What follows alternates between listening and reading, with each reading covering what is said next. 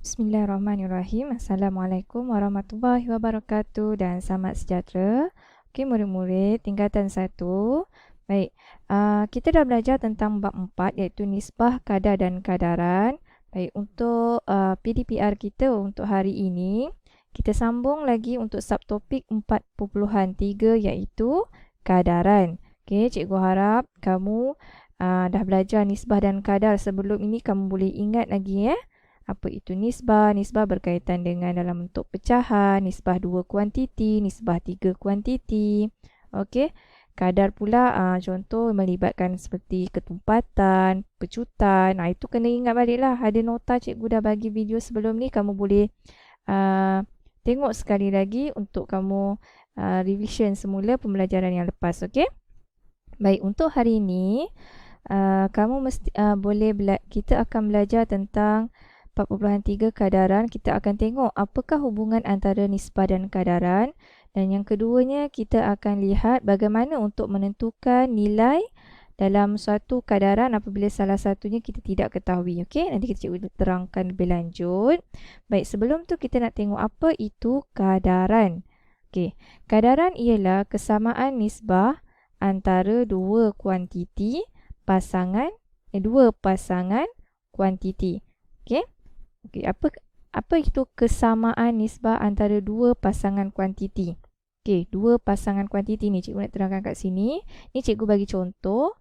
Okey. Cerita tentang dua orang sini, iaitu dua orang murid, katakan Kasih dan juga Maisarah. Okey, kalau Kasih ini dia boleh menaip 5 huruf dalam masa 10 saat. Manakala Maisarah dia boleh menaip 15 huruf dalam masa 30 saat. Kita nak lihat nisbah antara kuantiti apa? Dua pasangan kuantiti di sini adalah berkenaan dengan kuantiti huruf dan juga saat lah, iaitu masa. Kuantiti huruf dan masa ni. 10 saat ni untuk masa. Okey, Maisarah ni untuk huruf dan masa juga.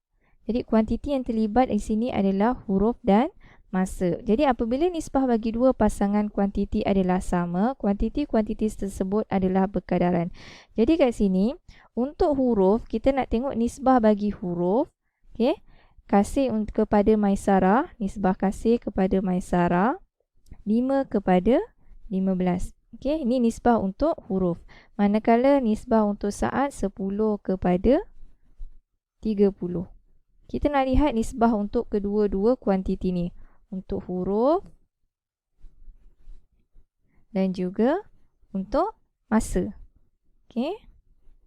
Ini dikatakan dua pasangan kuantiti, iaitu huruf dan masa. Apabila nisbah bagi dua pasangan kuantiti adalah sama. Okey, kita nak tengok nisbah dua ni, nisbah untuk dua-dua ni sama tak? Okey, kita cari nisbah dia. 5 kepada 15 kita boleh permudahkan kat sini. Kita akan dapat 1 kepada 3. Macam mana cikgu boleh dapat 1 kepada 3? Okey, 5 bahagi 5 kita akan dapat 1. 15 bahagi 5 kita akan dapat 3. Okey, kalau yang ni pula kita boleh permudahkan dia, dapatkan nisbah dalam bentuk termudah. 10 bahagikan dengan 5. 10 bahagi dengan 10 kita akan dapat 1. Manakala 30 kita boleh bahagikan dengan 10, kita akan dapat 3. Cuba tengok kat sini. Dua-dua ini untuk kuantiti huruf dan masa, nisbahnya adalah sama. Okey, jadi kat sini dia kata apabila nisbah bagi dua pasangan kuantiti adalah sama, jadi itulah kita katakan dia adalah berkadaran. Inilah dia kata berkadaran. Kita nak kenal pasti dua nisbah ini adalah sama atau tidak. Kalau sama, itu adalah berkadaran. Okey, dua pasangan kuantiti tersebut boleh mengandungi unit yang berbeza. Okey, unit yang berbeza. Contoh yang ni huruf, unit tak ada unit lah. Masa adalah saat. Unit dia dua-dua ni boleh dalam kedudukan yang berbeza. Ada pula juga boleh sama. Okey, baik, kita tengok contoh yang pertama.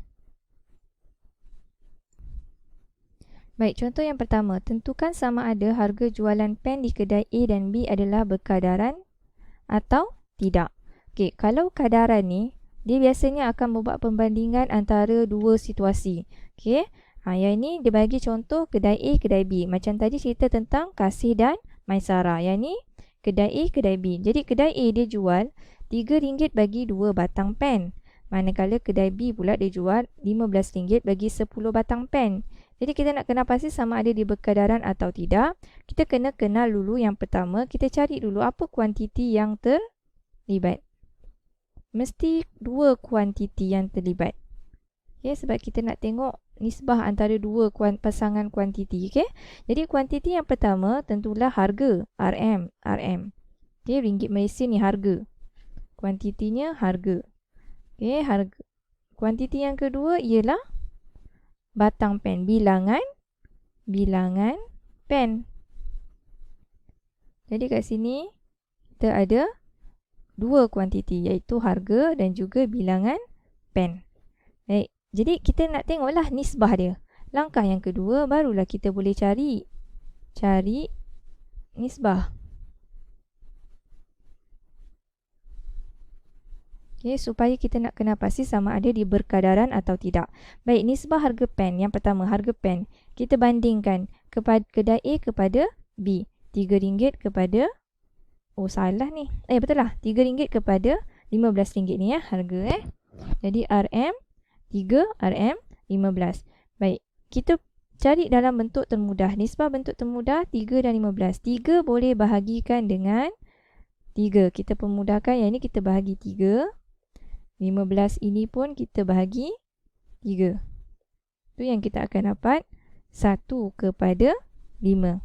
Manakala untuk kuantiti pen, bilangan pen lah. Bilangan pen atau kuantiti pen, nisbah dia adalah 2 kepada 10. 2 kepada 10. Kita permudahkannya. 2 boleh bahagi 2, kita akan dapat 1. 10 kita bahagi 2 juga, kita akan dapat 5. Jadi 1 kepada 5. Tengok kat sini.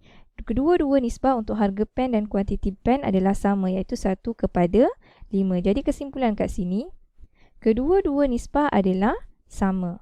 Maka harga jualan pen bagi dua buah kedai tersebut adalah berkadaran. Yang ni dia nak tengok jawapan dia, sama ada berkadaran ataupun tidak. Okey, jelas Itu maksud kadaran, berkadaran. Kita nak lihat nisbah yang sama bagi kedua-dua harga dan juga kuantiti. Kalau dia berbeza maka dia tidak berkadaran. Tu je lah jawapan dia, di sebaliknya lah. Okey, sebaliknya. Okey, berkadaran, tidak berkadaran. Tengok pada nisbah. Kalau sama, berkadaran. Kalau tidak sama, tidak berkadaran. Okey, jelas Kita tengok contoh 2. Okey, untuk contoh 2 ni dia suruh cari. Okey, yang ni cikgu ambil daripada buku teks. Baik, tulis satu kadaran bagi setiap situasi yang berikut. Baik, yang pertama dia suruh tulis satu kadaran. Dia suruh tulis bukan suruh tentukan. Kalau tadi kita tentukan dia berkadaran ataupun tidak. Yang ni dia suruh tulis. Jadi kita kena tulis je sahajalah. Okey, katakan A, jika 10 biji kacang mempunyai jisim 17 gram. Jadi kuantiti yang terlibat kat sini adalah biji kacang dan juga jisim. Ini biji kacang dan juga jisim. Ada dua keadaan, iaitu 10 biji kepada 30 biji. Okay? Yang ini 17 gram kepada 51 gram. Jadi kat sini penyelesaiannya. Okay, 17 gram untuk 10 biji sama dengan 51 gram untuk 30 biji. Ini untuk situasi lain, ini untuk situasi lain. Macam tadi lah contohnya tadi. Kedai A kat sini, kedai B di sini. Okay? Ini sama dengan. Yang ni dia tak suruh selesaikan. Jadi kamu tulis je lah dalam bentuk nisbah seperti ini. Okay, kenapa gram kat atas, biji kat bawah? Sebab kalau kita nak cari untuk satu biji, gram ni yang kita bahagikan dengan bilangan biji. Jisim ni kita bahagikan dengan bilangan biji untuk cari nilai bagi satu biji berapa gram. 1 gram berapa biji boleh dapat. Okey. Yang seterusnya, jelajah lumba basikal letua Delangkawi bermula di Kedah dan berakhir di Melaka meliputi jarak sejauh 1,800 km. Jarak ini ialah 23.6 cm. Jadi untuk 1,800 km, okay, dia bersamaan dengan 23.6 cm. Manakala untuk peta 1 cm mewakili 50 km. Okay, 50 km per 1 cm. Yang belakang letak atas, yang depan letak bawah.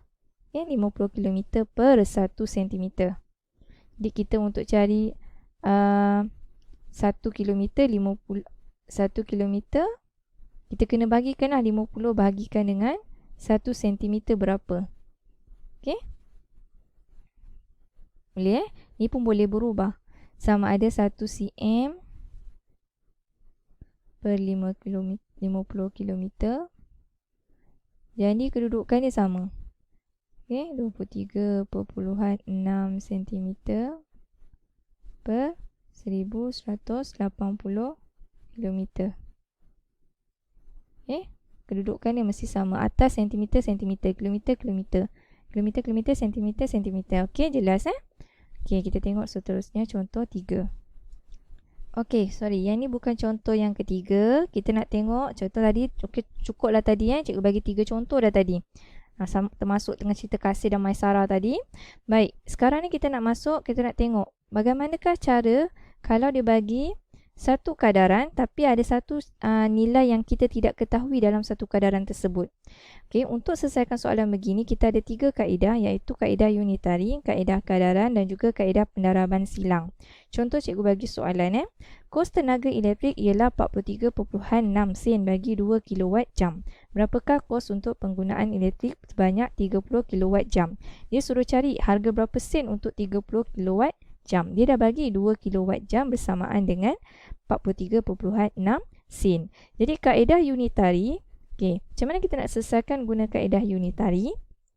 Pertama sekali kita tahu kos tenaga elektrik bagi 2 kWh bersamaan dengan 43.6 sen. Okey. Kemudian kita perlu cari berapa kos tenaga elektrik bagi 1. Ni kita nak cari untuk 1. Kalau kaedah unitari kita cari untuk nilai bagi 1 kWh ataupun apa-apa saja soalan, kita nak cari bagi nisbah untuk 1 dahulu. Jadi untuk cari nisbah untuk 1, apa perlu kita buat?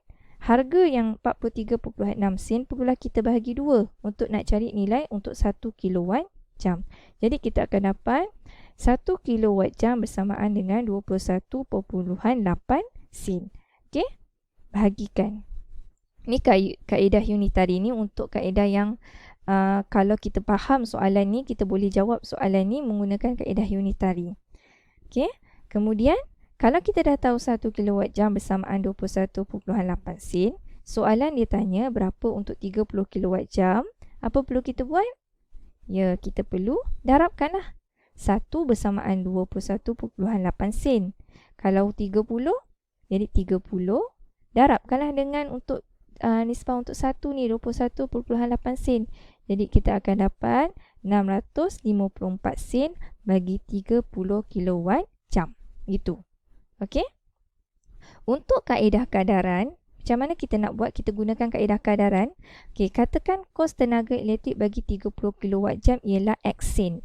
Okey, yang ini kita anggapkan nilai yang kita tak tahu sebagai X. Nilai yang kita tidak ketahui, kita letakkan sebagai X sen. Maka okey, kita buat kaedah dalam bentuk pecahan begini. 43.6 sen bersamaan 2 kWh bersamaan dengan okey, sen sama kan? Jadi dia sebelah atas kita letak X sen per 30 kWh. Kita tahu 30 kWh. Jadi bagaimana kita nak cari nilai? Okey, bila kita dah buat dalam bentuk pecahan begini, pastikan sen, kalau sen kat bahagian atas, dia mesti kat bahagian atas sama Kalau kWh bahagian bawah, kita letak di bahagian bawah. Jadi kat sini, okey, kita tengok kat sini macam mana dia selesaikan yang warna biru ni, tanda biru ni bermaksud yang ni kita tahu kan 2 kWh bersamaan sama dengan untuk 30 kWh. Kita nak cari macam mana?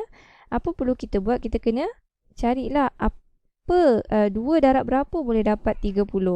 Jadi kat sini 2 darabkan dengan 15 ataupun kita boleh buat 30 bahagikan dengan 2, kita akan dapat 15. Jadi kat sini 2 darab 15 kita akan dapat 30. Baik, untuk atas pula, bila bawah dah darabkan dengan 15, atas pun kena darab dengan 15. Sebab tu 43.6 sen darabkan dengan 15. Sebab itulah kita nak cari nilai X. X sama dengan 43.6 darabkan dengan Okey, jadi untuk itu X sama dengan 43.6 darab dengan 15. Sebab yang ni tadi 2 darab 15 dapat 30. Jadi 43.6 kita darabkan juga dengan 15, kita akan dapat 654 sen. Sama kan dengan kaedah unitary. Okey, tu kita guna kaedah kadaran. Kita katakan dia sebagai X sen. Sebab kita tak tahu nilai X ni, kita wakilkan dengan huruf X. Boleh tak cikgu wakilkan dengan huruf lain? Boleh. Okey. Kamu boleh wakilkan dengan X, Y, apa saja huruf lah. Huruf kecil Baik, seterusnya kita gunakan kaedah pendaraban silang. Macam mana kita nak gunakan kaedah pendaraban silang? Okey. Soalan yang sama. Okey, katakan kos tenaga elektrik bagi 30 kWh ialah X sen. Okey, yang ini pun kita wakilkan sebagai X. Kita tak tahu nilai kos dia berapa, kita wakilkan pun boleh ubah. Kita gunakan X sen. Baik, untuk guna kaedah pendaraban silang, okey. Yang ni sama je. Tengok Yang ni tadi letak sen, kilowatt-jam. Sama je sebenarnya. Cuma yang ni tadi kita gunakan kaedah kadaran. Kita cari kadaran untuk 2 kWh berapa? 30 kWh. Jadi kita kena darabkan dengan 15. Kalau yang ni kita gunakan darab silang. Okey, masih sama, kita tuliskan 43.6 sama dengan X. Okey, untuk sen kita letak bahagian atas. Sen dengan sen sama sebab kita nak cari nilai X ni. Untuk nilai yang kita nak cari, kita letak di bahagian atas X. Sebelah sini, sebelah kanan sini. Dia memang kedudukannya biasanya kat sini. Supaya senang kita nak cari. Gunakan kaedah darab silang. Baik, kemudian untuk kilowatt-jam kita letak per 2 sama dengan 30. Apa yang dikatakan dengan darab silang? Nampak tak tanda darab bersilang ni? Warna biru dan warna pink ni. Maksudnya kat sini, okey, untuk warna biru ni, 2 kita darabkan dengan X. 2 darab X. Baik, bersilang ni, nampak bersilang antara warna biru dengan warna pink ni anak panah dia. Okey, untuk warna pink ni 30 kita darabkan dengan 43.6 ataupun 43.6 kita darab 30. Okey, kemudian kita akan dapat kat sini adalah 2x, 2 darab x, kita akan dapat 2x sama dengan okey, untuk ni 43.6 darab 30. Okey, 43.6 darab 30. Jadi untuk cari nilai X, kat sini operasinya 2 darab kan. Okey. Bila kita nak seimbangkan persamaan ini, kita perlu bahagikan 2 ni, perlu bahagikan dengan 2 supaya kita dapatkan nilai sini 1X. Bila sini bahagi 2, kanan pun kena bahagi 2. Sebab tu dia buat per 2. Per 2 ni maksudnya operasi bahagi ni, bahagi. Ni bahagi. Okey. Nanti kamu akan belajar, okey, nanti dalam bab 5 nanti. Bab 5, 6, 7, ini akan cikgu akan terangkan lebih lanjut macam mana kita nak gunakan okey, daripada operasi darab ni bawa ke kanan kita dapat operasi bahagi. Dia sebenarnya kaedah konsep kesamaan. Kita nak dapatkan nilaikan 1 di sini. Sebab tu kita buat 2 bahagi 2 dapat 1. Sebab kita nak X saja. 1 darab X, X sahaja. Yang ni kenapa kita buat kanan bahagi? Sebab kiri dah bahagi 2. Kanan pun kena bahagi 2 lah. Sebab tu per 2. Per ni maksudnya operasi bahagi. Jadi 43.6 darab 30 bahagi 2. Per 2. Dapat juga 654 sen. Jadi maka kos penggunaan tenaga elektrik 30 kWh ialah RM6.54 sen. 654 okey, bersamaan dengan RM6.54 sen. Okey.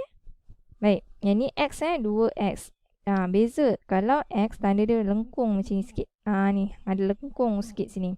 Kalau darab kaku gini je. Kena buat jangan sama je X dengan darab. Berbeza tulisan tu. Okey. Baik, jadi kat sini ada 3 kaedah tadi, kaedah unitary, kaedah kadaran, kaedah pendaraban silang. Okey, kalau soalan dia bagi macam gini, soalan contoh ni dalam buku teks cikgu ambil, ni cikgu terangkan daripada buku teks. Baik, dia bagi soalan macam gini, macam mana nak selesaikan, kamu boleh pilih kaedah yang mana kamu nak guna.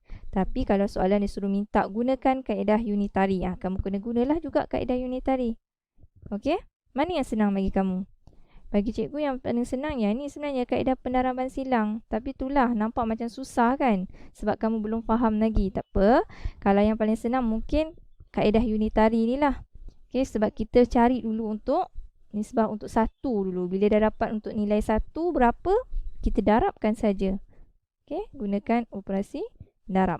Okay, jelas Okay. Itu saja untuk subtopik 4.3 iaitu kadaran. Jadi kamu dah belajar yang pertama berkenaan dengan slide contoh 1, contoh 2 tadi cikgu dah bagi. Kita nak cari sama ada dua pasangan kuantiti yang diberi berkadaran ataupun tidak. Baik, yang kedua, yang ini bagaimana cara untuk tentukan nilai yang tidak diketahui dalam suatu kadaran. Okey, dia ada dua perkara ni je lah untuk subtopik kadaran. Okey, untuk lebih lanjut nanti kamu buat latihan dalam buku modul. Cikgu akan terangkan lebih lanjut dalam Telegram matematik kita. Dan kita akan bincangkan nanti jawapan bagi latihan tersebut. Okey? Okey, itu saja. Ada masalah boleh PM cikgu Terima kasih cikgu. Okey, terima kasih semua. Assalamualaikum.